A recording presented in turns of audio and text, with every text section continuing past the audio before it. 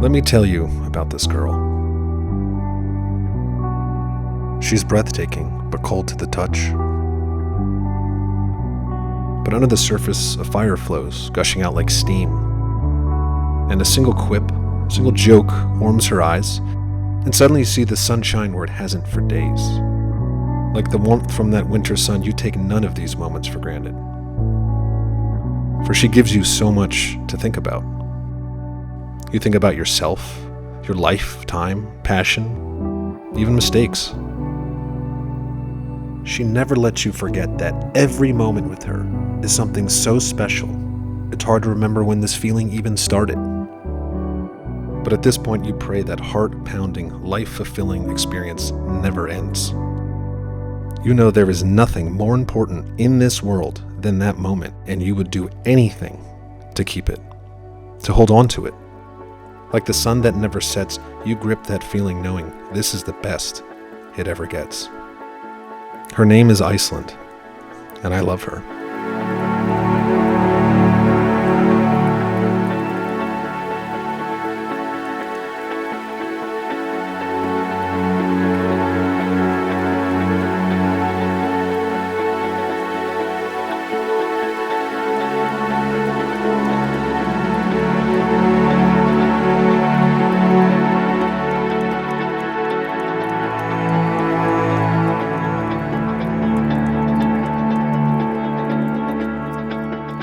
Hours from Reykjavik, I found myself in northern Iceland, a place void of tourists but bursting with travelers, Icelandic locals, German college students, Belgian artists.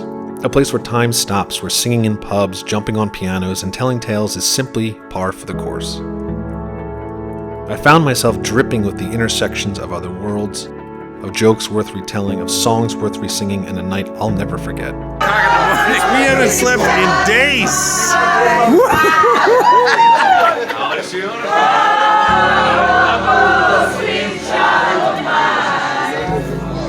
Looking outside at 2 a.m. to a town bathed in a blue light is something you just don't take lightly.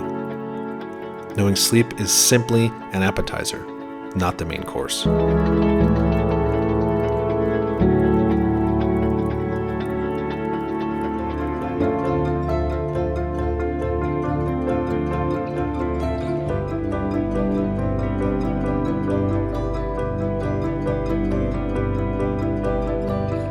1,600 kilometers gives you a lot of time to think.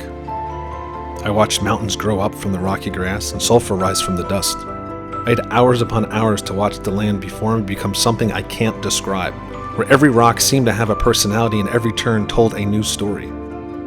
Every video I captured felt like I needed to say thank you.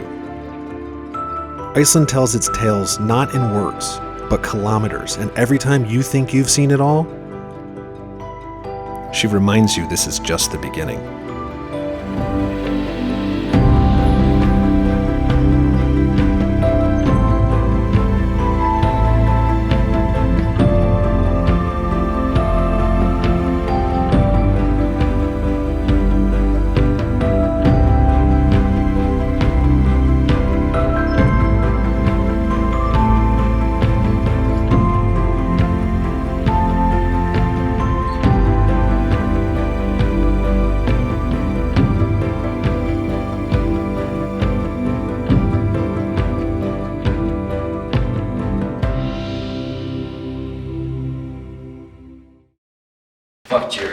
Fuck you, Adam.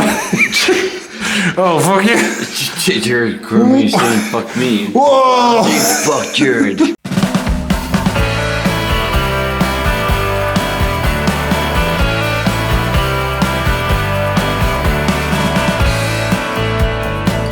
As the rivers of Iceland ran cold, so did its beers. Crisp, delicious, addicting. Ales, stouts, meads, ciders. Where coffee once stood as the ignition to my day, lager had taken its place. Until only recently, beer was nearly illegal, and craft breweries were non-existent. Icelanders have had to play catch-up to the world's finest brewers, and somehow won the race to insatiable taste. Across the country, we chased down every beer we could like a scavenger hunt, looking for a taste that surpassed the last. And then, as if assumed impossible, we were rewarded with that taste, and determined to find it once more. Why should people come here? Well, it's the best meat in Iceland. In fact, it's the only meat in Iceland. It's the only meat in Iceland. You have to come here. And it's awesome. It is amazing. Amazing. Scout. Skull. Close.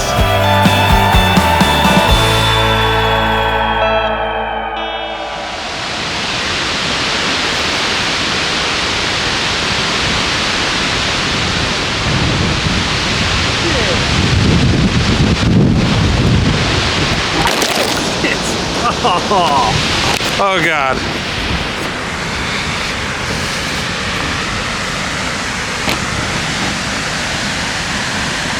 Ah, fuck.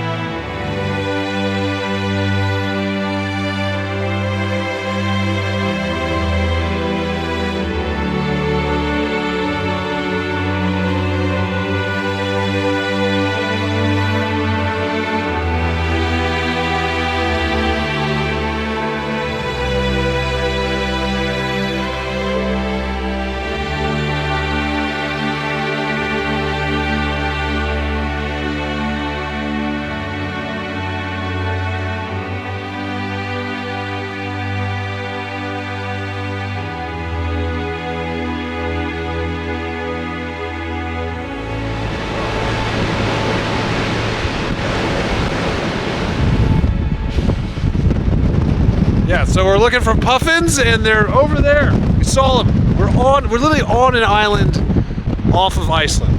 This is an island off of Iceland, which is already an island. This is wild.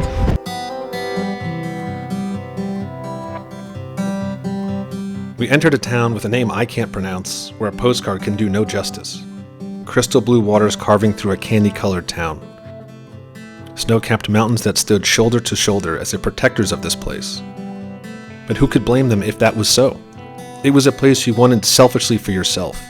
A place you wanted to show friends how amazing it was, and then unapologetically apologize that they would never see it for themselves. Húsavík changed my life. Not because I was so spellbound by a foreign place, but because it felt so familiar. People working to survive, others trying to fit in or move on. I found a city that felt like a heartbreak you wanted to fix.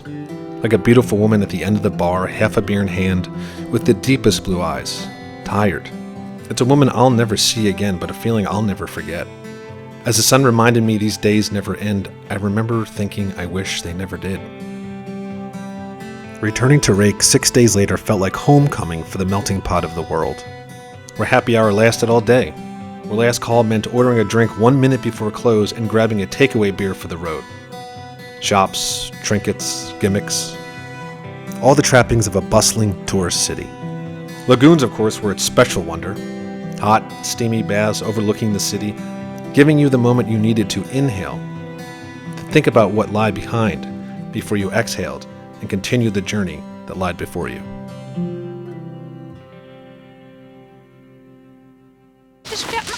Nee, you? What? I didn't get some footage of this, right? Hi, guys. You're like, why are you filming anything? Yeah. Like, this is us. This is for, we're doing a whole documentary, see? Hey! Hey, Skolt, right?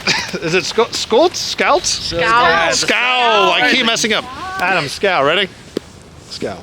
It's a weird documentary making. Yeah, it is actually.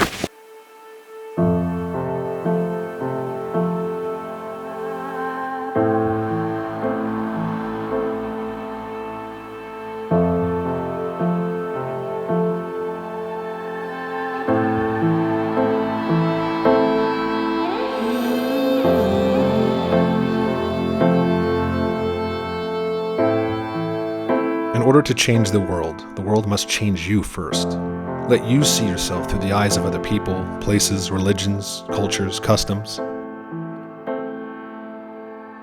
And when you do, it chips at the ideas that once defined you and sculpts you into something that drives you for the better. Iceland is unlike anywhere else I have ever been in the world. While I stared at endless array of beautiful places and people, I felt it staring back.